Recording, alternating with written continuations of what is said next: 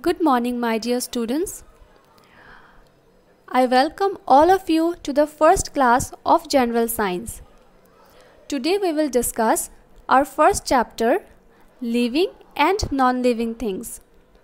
So in this chapter we will discuss what is a living thing and what is a non-living thing. We will also discuss the features of living and non-living things. Let's begin. Children, we live in a beautiful and colorful world, and every day we can see many things around us. So, the things that we can see around us are divided into two types: living things and non-living things. Now, what is a living thing? Living thing is the one that has life in it. Living things are lively or alive. For example, birds, animals, human beings, etc. On the other hand, non-living things do not have life. They are not lively. For example, book, pencil, car, etc. Non-living things are again divided into two types: man-made non-living things and natural non-living things. Man-made non-living things are those things which are made by human beings. There are lots of things that we use every day which are made by man. So these things are called man-made non-living things. For example, your school bag, color pencils, soft toys, building, etc. On the other hand, natural non-living things are not made by man. They are already present in the nature. For example, mountain, rock, soil, etc. How can we differentiate which is a living thing and which is a non-living thing? Let us discuss the features. So, the first feature is living things can breathe.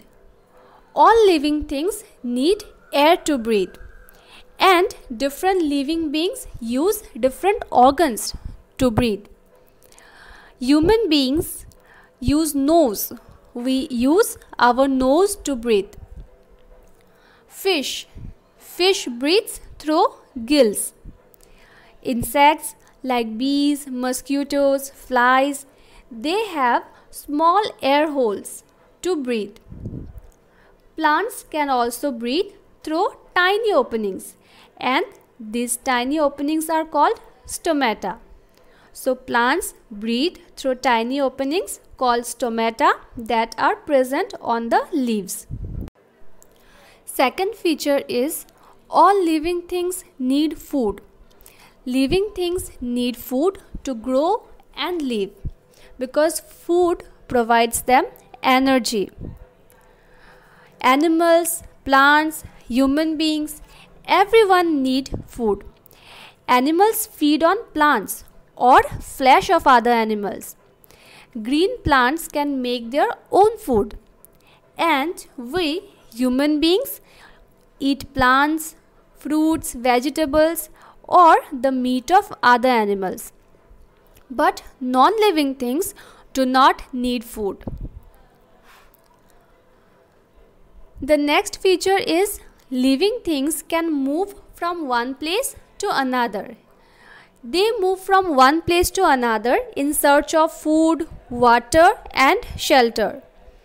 But non-living things do not move. They don't show any movement. Let's come to the next feature. Living things grow. All living things grow with time. Do you remember? Earlier you were a small baby, but now you are growing day by day.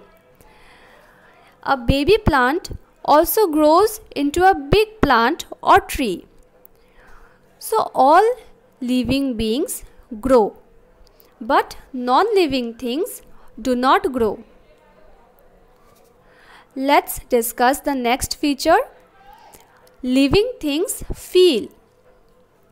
All living things have feelings.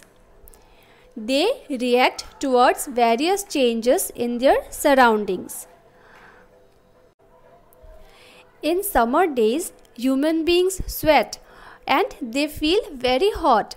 But in winter, human beings shiver when it is cold. Have you seen a sunflower?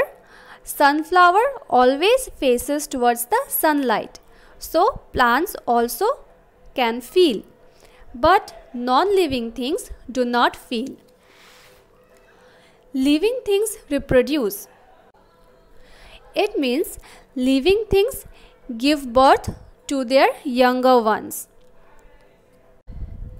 Kitten, puppy, they are babies of cat and dog. So some animals like hen, fish or birds lay eggs. But other animals like cows, cats or dogs, they give birth to their younger ones. So we can say that living things reproduce. They give birth. But non-living things do not reproduce. Living things have a lifespan. All living things have a lifespan. They live only for a limited period of time. And that period is called lifespan. They do not live forever. But non-living things do not have a lifespan. So dear children, here we come to the end of this chapter. From this chapter, we have learned that our environment comprises of living things and non-living things. Plants, animals and human beings are living things. Mountains, rivers, rocks, buildings, chairs, books, they are examples of non-living things. Non-living things are again divided into man-made or natural. And we have also learned the various features of living things and non-living things. So thank you children. I hope all of you have understood the lesson.